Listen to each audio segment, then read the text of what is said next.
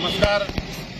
मी ग्रामपंचायत सदस्य प्रशांत पाटील, आमचे सहकारी वैजू बेनाळकर, महेश आमनेकर आज लोकांना विनंती करत आहे की तुमचा मेन रोडवर जो कचरा पडलेला आहे तो आम्ही उचलत आहे. कारण आता बरेच दिवस झाले आमची कचरा गाडी बंद होती, काही कारणास्तव ते येत नव्हते.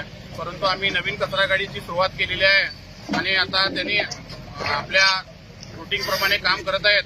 तरी गावातील सर्व नागरिकांना विनंती आहे की इथं कचरा टाकलेला आम्ही काल मीटिंग झाली आमच्या ग्रामपंचायतीमध्ये, इथं ठरवलेलं आहे की इथं आता मेन रोडवर कचरा टाकलेल्याला 500 ते 1000 रुपयाचा दंड आकारण्यात येईल. तशी आम्ही तरतूद मीटिंगमध्ये केलेली आहे आणि त्याच्या व्यतिरिक्त कुणी दादागिरी करण्याचा प्रश्न केला तर त्याच्यावर पोलीस कंप्लेंटही करण्यात येईल.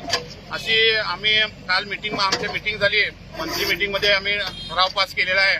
आणि लोकांनी याच्या पुढे नदीवर असू दे किंवा ज्योतिनगर कॉर्नर किंवा रामदेव गल्लीच्या समोर जो कचरा टाकणार आहेत त्यांना दंडात्मक कारवाई करण्यात येईल.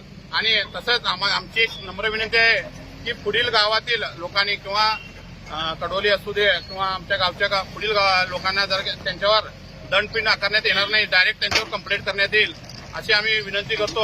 आणि आम्ही कचऱ्याच्या बाबतीत कचऱ्यामुळे जी रोगराई होते ते आता तरी 4 वर्ष आमच्या ह्याच्यात कचऱ्याची गाडी निमूटपणे